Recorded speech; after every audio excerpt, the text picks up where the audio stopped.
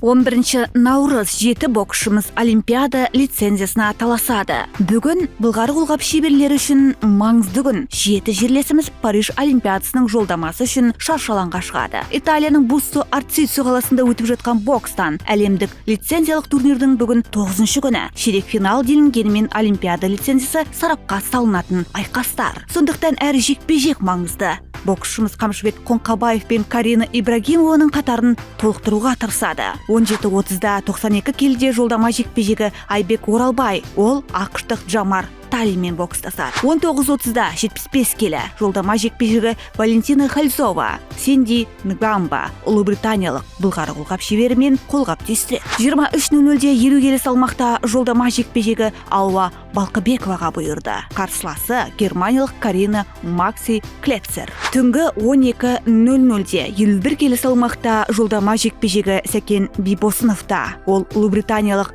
Киаран Макдональдпен айқасатын болады. Түнгі 12:30-да 57 келі салмақта жолдама жекпе-жегі Махмуд Сабырханда тәжікстандық Асор Вахидовпен Былғары қолғап түйістіреді. 12:45-те 71 келі салмақта жолдама жекпе-жегі Асланбек Шымбергеновте Сархан Алиев әзірбайжандық боксшы, оның қарсыласы атанбақ. Түнгі 1:30-да 80 келі салмақта жолдама жекпе-жегі Нұрбек Оралбайда, ол ирландиялық Келин Кайсизимен Былғары қолғабын түйістіретін болады.